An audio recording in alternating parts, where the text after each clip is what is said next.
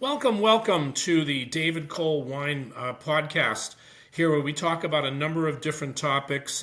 If you follow us on YouTube, if you follow us on Instagram, or even in LinkedIn, we talk about a lot of content when it comes to wine and spirits. But I do this podcast as a different version. So I'm trying to at least pick a few topics to discuss. And I want to talk too also about one of our sponsors, which we have right here. It's called our Gautier, which is an RTD ready to drink cocktail. I think this is the best in the world, and I just wanted to at least show people you just shake it and you pour it over ice. And our Gautier, I always say for that Parisian flair, drink our Gautier. It's a beautiful product.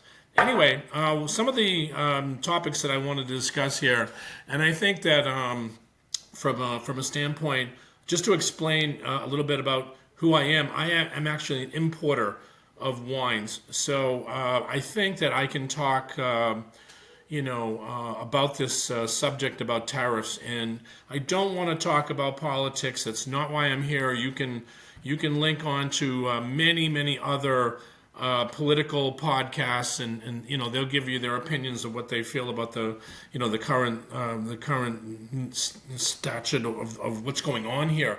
But what I really wanted to explain is why tariffs, especially in the wine industry like me, are a very, very bad idea. So, and I'm going to give you some reasons for that. One, I've been talking to some other import friends, and they've been telling me that and very, very large importers, a lot bigger than I am currently, a lot more money involved in their businesses. They are right now canceling a lot of their orders, especially in Europe, because we really don't know what's going on. And so from that standpoint, I'll explain the reason why I think the tariffs are a bad idea. Because normally, when I buy wine, and of course I'm over 40 years in the business, so I think I can talk about this as kind of an expert. When I buy wine, let's just say in France, and I have a company like a shipping company, they pick up the wine, they bring it to a port which is called Le Havre in France, and then let's just say hypothetically I bring it to New York and New Jersey. So the wine comes to New Jersey. And then we have what's called is a customs agent or a customs broker that actually passes the paperwork through to customs, which is a federal agency that controls all of the products coming in.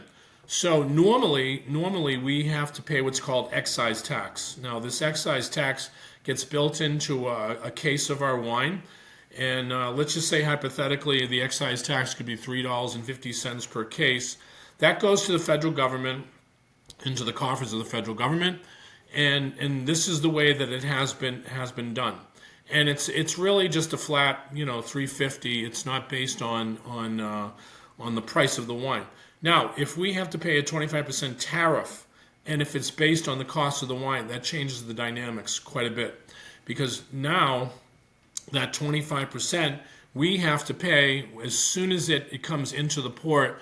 We're usually given about 10 days. That's by the federal law. If you have a bond, you can actually wait 10 days, but you have to cut a check to the federal government for the taxes. Now, if we have to put 25% out based on an invoice, that obviously is going to get applied to the wine. And some people might say, well, that's your problem. That's not my problem. Well, I'll tell you where the problem exists. So yes, if we do have to do that, we don't have to do that, by the way. If we don't want to buy wine, we don't have to buy wine, and we don't have to. So therefore, what happens is not only does the 25% does not go into the federal government, the $3.50 doesn't go in either. So if you, let's just say a lot of importers in the United States decide we're not going to buy any wine, that means that there's a lack of money coming into our federal government. And think about this. We're talking millions and millions of dollars that is all of a sudden not coming into the United States. We have to find other sources of revenue because, if you think about it, the federal government survives on revenue. They survive on taxation. And this is a tax. Again, it's an excise tax. Tariff is also a tax, but that's just a higher tax that we have to absorb. So if we put that into a case of wine, and all of a sudden I bring that case through customs, and I have to apply the 25%. That's money out of our company that gets into the case of wine. We do not retrieve that money until the case is sold. So if I sell to a restaurant or a retailer, thankfully, then I get the money back. But if I apply that 25% higher on top of my prices, the retailer or the restaurant will say to me, normally they would say, that's too expensive. So no, I'm not going to buy this wine. And so now I'm stuck with a lot of inventory with that 25% that I took out of cash flow now, because everybody survives out of cash flow as a business. All right, the government's got their money. That's great for them. But obviously we cannot sell our wine here because it's just priced out of the marketplace. So chances are a lot of my import friends, and we're talking about wines from Italy, spirits from Scotland, beer from Belgium, anything that's alcohol is going to be subjected to this tariff. It's just a bad idea. I understand why people do reciprocal, tariffs, because they say if in Europe they put tariff on our products, that, by all means, we should put tariffs on their products. Well, why it's a bad idea is because nobody wins in a situation like that, because now Europe will probably put tariffs on our products. So I'm sure there's a lot of distillers in Kentucky and in Tennessee who really rely on Europe for a lot of business. If they have to now increase their costs by 25% in Europe, that's gonna hurt them financially. So there's going to be a lot of companies in the United States that will suffer this, and I don't think that we as Americans can make up the difference. Yeah, sure, we can say, well, we'll just buy American products. Okay, so I was just watching recently, there was a company in California that's a wine producer in California that said that he has to buy his bottles in China because they're a specially made blue bottle. And he also has to buy all of his corks, because those are made in Europe.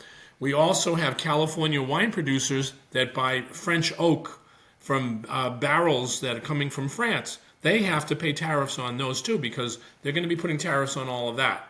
So this is going to increase everybody's costs. It's not just increasing as an importer my costs. So again, this is just a bad idea.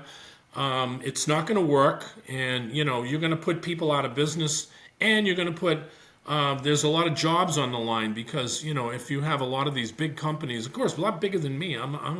I'm a small importer, so it's not like I have 20 different salespeople running around. But think about let's say a larger importer has to now tell his staff, quite honestly, I'm not bringing any more wine in, so I have to let you go.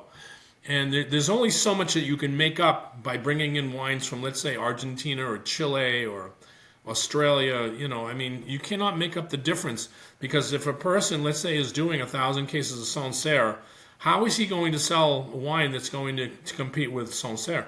Sancerre is Sancerre. People buy it because they like the flavor of it. People buy Guinness beer. If you go to an Irish pub, how are you going to make that up with American beer? There's only so much Budweiser you can make up. People buy Guinness because they like the taste of flavor of Guinness. And if you increase those costs and everything like that, people might say, okay, I'll just have one beer.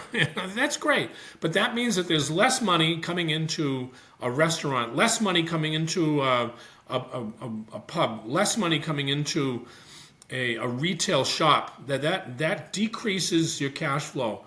And I'm here to tell you, for the last 6 months to a year, and the reason why sometimes I say make wine fun again, I kind of tease with that, is because there's a decline of people that are actually drinking alcohol in the United States for whatever reason. If they feel like they can't afford to go out and buy a bottle of wine, and they would rather buy, put food on the table, or if they want to, if medication is obviously high, prescription drugs, really is, the cost of living today has gone up with everything.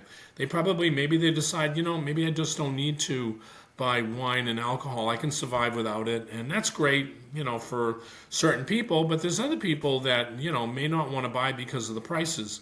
So this really puts a damper on it. Again, it's a bad idea. Tariffs never work. If you think that, of course, Chinese products, you want to tariff them because you want an even playing field. I perfectly get that, and I understand. And that affects me too, because if I go and buy a product and I'm looking for a good value, there's no good values because that's you're paying the tariff. Maybe it goes into the coffers of the federal government. I don't see it, because people are going to buy less, or they're going to buy not at all. So where is the cash flow there? There's no cash flow for our federal government. So again, I think we're going to find out if there will be tariffs coming through tomorrow. Supposed to be the day, April 2nd. So we're all holding our breath. I've talked to a number of my suppliers in France, and they say that right now nobody in America is buying anything. And that's kind of sad, for them, but it's kind of sad here too, because there's a lot of companies here that rely on buying and selling. That's how they pay their rent. That's how they pay their sales staff. That's how they pay their other suppliers. They make their cash flow up, and then so there's going to be a lot of difficulty. And again, this is something that that again, it's a bad idea, and it's not going to work, and you're going to get revolt against it. There's going to be people that are obviously going to notice, the sticker price. They obviously said cars, you're going to notice the sticker price. Thankfully I got my car. I don't have to worry about buying a car for a while, but there are people out there that have to, and it's going to cause them a little bit of grief. So on to the next subject, because there are other things to talk about within the wine business. So I'm going to talk about Bordeaux. When I was in Paris, I got a chance to investigate the 2024 vintage in Bordeaux. It's the next vintage up, and Bordeaux is having a rough time with pricing. When they did come out with the 2022 prices were high. It's a magnificent vintage. I'm going to get a little more into that, because we did buy some 2022. It's in France right now. We're not bringing it in, thankfully, and I'm going to talk about this. Thankfully, we do have we have a lot of inventory that's in France, but we can actually sell that anywhere in the world, because the good thing about Bordeaux business is it's a global position. So there are people in Switzerland, there are people in England, there's a lot of companies that do buy wine, and what they do is they store the wine in Europe until they feel it's ready or necessary to bring in. I'm not bringing wine in that's going to have tariff on it. So any inventory that I have in 2019, 2020, and 2022, whether it's Grand Cru Class A, that's remaining in France. I can sell it. We can easily sell it in France. It's not a problem for us, but I do feel bad for people who don't have that luxury and they have to bring the product in. So let's talk about 2024.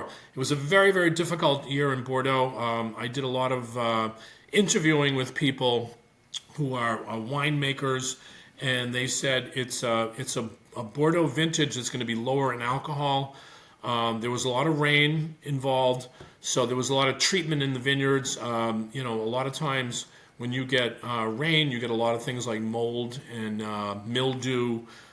This caused a lot of grief. So thankfully for some chateaus that have a lot of money, and I was just talking to another friend that tasted Chateau Canon and also Raison Seigle. He said how fabulous that he thought the wines were. Well, that's owned by Chanel, and Chanel has a lot of money. So companies like that who are, have a lot of money to do winemaking or grape growing techniques that can work in the vineyard. They can spray a lot, can get by. Those people are going to make a really, really interesting wine. So 2024 Canon, which is Grand Cru Class A, but it's not part of the Saint-Emilion Grand Cru. They decided not to be part of the Grand Cru. They still are making fabulous wines. Raison Seigle is a Margaux. So people like Lafite, people like Mouton, people like Margaux, Aubryon, they're all going to make pretty decent wines. I got a chance to talk to one of the leading wine writers who's based in Bordeaux in January and February. He actually tasted wines at some of the chateaus. I'm not going to mention his name because I don't want to really get him in trouble, but he was tasting wines prior to a lot of the press. They were coming out, and he said there's going to be a lot of 95-point wines. And what's the vintage like? The comparisons are 1978 that I was just talking to. 78 was like a fruit vintage, like a fruit bomb. When I say that, it's going to be there's going to be a lot of fruit, but the tannin structure is going to be softer inside of the fruit. Alcohol 12%. That's unheard of. Usually in Bordeaux, that was back 20, 30 years ago. We had alcohol contents of 12 and 12.5. So that is something that is very, very unusual. So, but it's going to be a really a drinker's vintage. And when I say that, you'll be able to drink the wines young.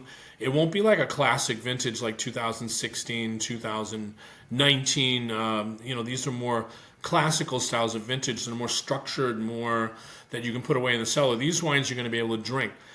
That's good. That's good news, but there's going to be less wine. So when you have a vintage like this, that obviously is not going to be a lot of wine, there will be, some wines that are going to be made. They're going to be absolutely delicious. Like I said, Lafite, Monrose in Saint-Estèphe, Côte d'Agenais, Calon-Ségur, wines in Pauillac, like Grand Puy Lacoste.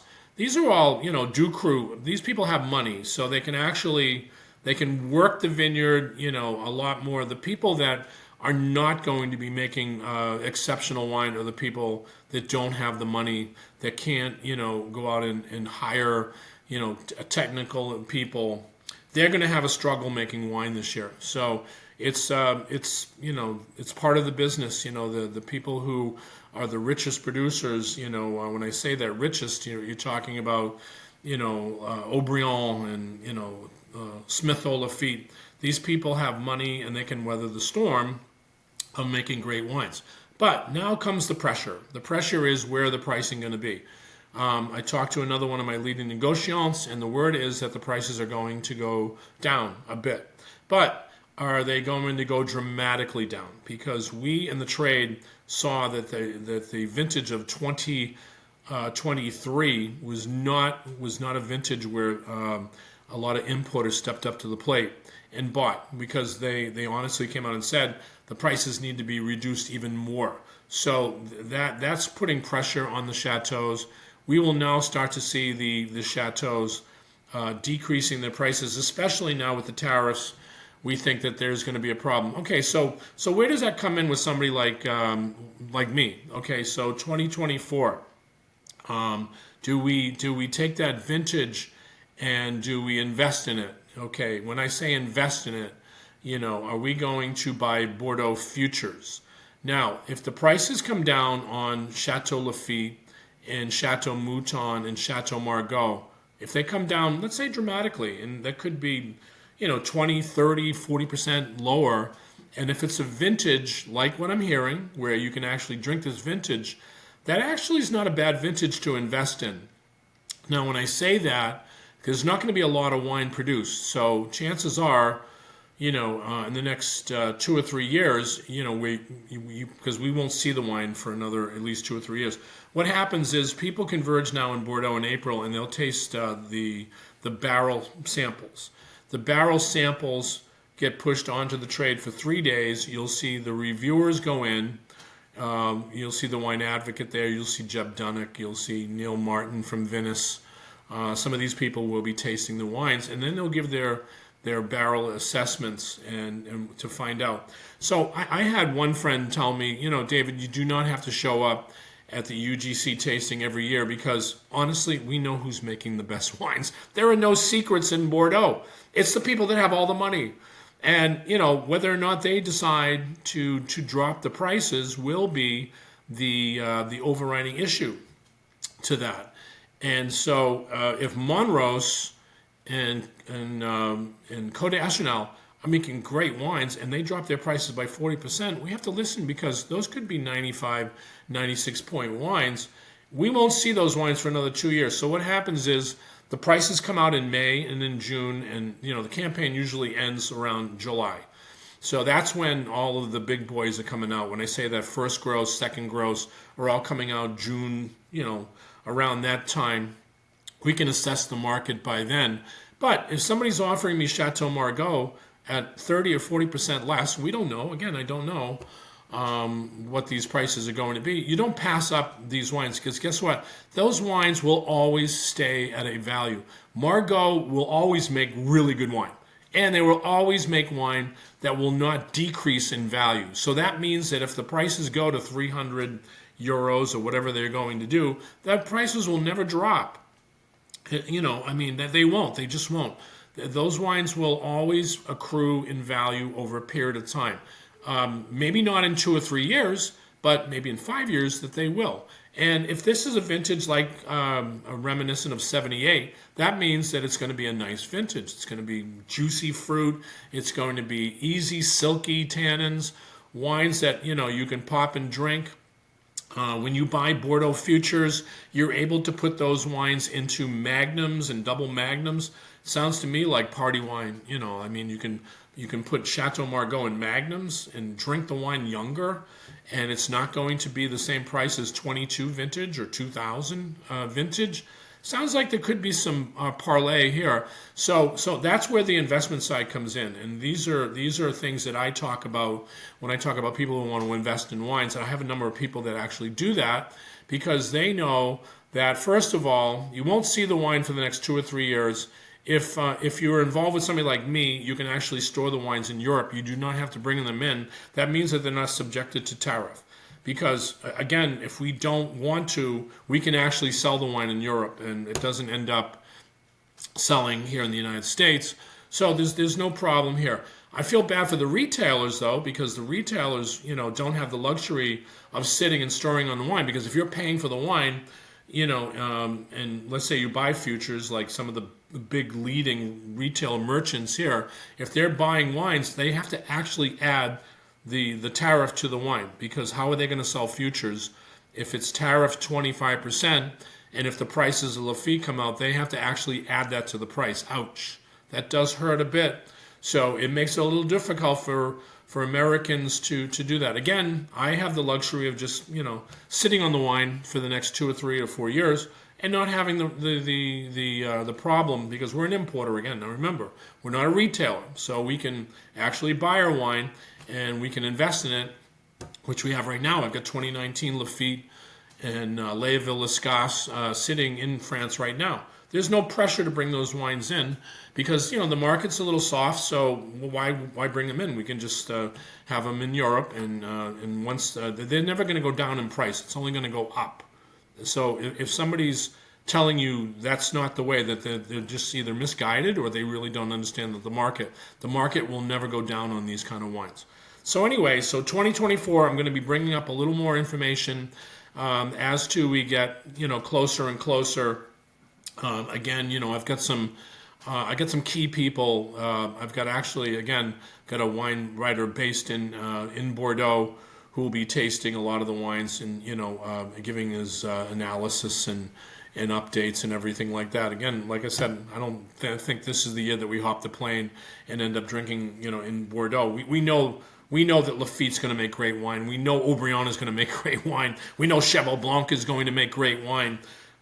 So there's no problems here. The problems, though, are going to be in those mid-tier kind of people that are making, just wines that are like in the 90-point range. It's going to be very difficult for them, because if they're making wines in a great year in a 90-point range, think about it in an off year. So we're talking about 80-point wines. But there's no need to invest in those wines. They're just going to be delicious, everyday drinking wines. Speaking of that, so what do you do now if the tariff comes into play? We don't know. Tomorrow's the tariff day, whatever it is. I wish I could say that there's going to be no tariffs, but then I would say April Fools. But we don't have any indication as to what's going to happen. We will discuss, obviously, that we're just holding our breath. Everybody right now is holding our breath and hoping that the current administration, doesn't put tariffs reciprocal tariffs on wines and spirits and beers and things like that. It'd just be devastating to a market that's already down. I mean, we had inflationary problems for the last 2 or 3 years, as you know, and prices were moving up with inflation. So that was kind of a problem, and now we have this problem. So let's talk about an interesting scenario. So if that happens, and I do have a lot of clients out there, retail clients that actually, and we have the same thing. We have inventory right now, so we're okay. We have enough inventory that we import, that we ahead of the curve, that we don't have to tariff. That's the good news. So there are wines out there that we're selling at very reasonable prices.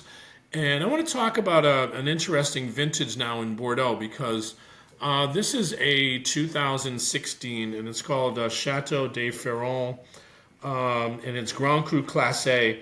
But what I want to talk about here is not only the Chateau, but I want to talk about the vintage of 2016, because I have some clients that are actually still sitting on 2016, which is a very, very highly drinkable wine. There's people out there that have 15s, and people that have older vintages out there, 2009, 2010. So there is plenty of wine in the pipeline here to drink. The problem is the current vintages. If you're bringing 22 in and you have to go with the tariff, that's a problem right off the bat. But there are plenty drinkable wines. But let's just talk about 2016, because the rule of thumb in Bordeaux, if you don't know, 2016 here, after 10, they say that the rule of thumb is this will be drinkable in 10 years. So we're approaching 2026, and we think that the 2016s, which is a more classical vintage, beautiful vintage, is ready to drink now. So I opened this with a client the other day. I've been in discussion with Chateau de Ferrand, to import their wines, and they were kind enough to send me a 2016 for evaluation. This is fabulous wine, and what I mean by that is the wine is ready to drink. It has just beautiful structure. Saint-Emilion, obviously, this has that limestone kind of edge to it. This is owned by the Bic family, the famous Baron Bic, who invented the ballpoint pen, the Bic pen, yes, the disposable pen, and made a fortune. He passed away. He's no longer with us, but his daughter is running the estate today. So the Bic family proudly runs this property. And 2016 here, they are making great wines, by the way. This is just silky right now. Beautiful, structured tannins. But as I said, this is a wine that's ready to drink. So if you're out there and you're concerned about the tariffs increasing the wines, go out and look for a 2016 vintage. Obviously, it's been on the shelf maybe now for like 3 years. So I had one of my retailers he went and bought way in advance 2016, spent about $300,000 or $400,000 worth of for the vintage 16, and because he believed in it, he thought it was a great year, and it is a great year. And he has the wines available for sale. So there's plenty of wine in the pipe. Don't fret at this moment. Again, I'm the one that has to worry about sweating and fretting, because I have some disappointed suppliers in France that right now I have to tell them that we have to hang tight. We just have to see where this is going. We have no idea. And again, I don't want to bring up anything political. That's not me. That's not who I am. You just have to find a way and wing it, and try to develop the market the way it is. And I think that everything will be fine. The earth is not falling, and we can still drink. I got plenty of wine to drink, and I'm sure that if you're out there and you're looking for a great bottle of wine, there's plenty of wines, especially from Bordeaux, in the pipeline. And that is something that I think that we can still enjoy here in America. Again, this is the Grape Explorer. This is David Kohl Wine Podcast. You can catch us on Apple Podcasts. We will soon be on Spotify, and you can listen to us in your car if you have an iPhone, Apple Podcasts in your car. and so but we will be bringing content to everyone, especially not only about wine, especially spirits. I'll be talking. I've had people ask me if I'll be doing like things like cordials and aperitifs. Yes, I will be, and we'll be talking about travel. Especially, this is a great time of the year. So, if you want to travel to Europe, and you just shoot me a comment on YouTube. Say, hey, David, I'm going to Italy. I'm going to France. Do you have anything for heads up to let us know? I will give you some guidance as to that, especially in California or Oregon and Washington State too. There's plenty of places to travel. We're going to talk about Argentina and Chile. So keep tuned to our podcast because we got a lot of content that's coming your way. Again, this is David Kohl, and I'm trying to always say that I'll bring good wine to the plate, and we'll be fine with our current state of the way the industry is. Cheers.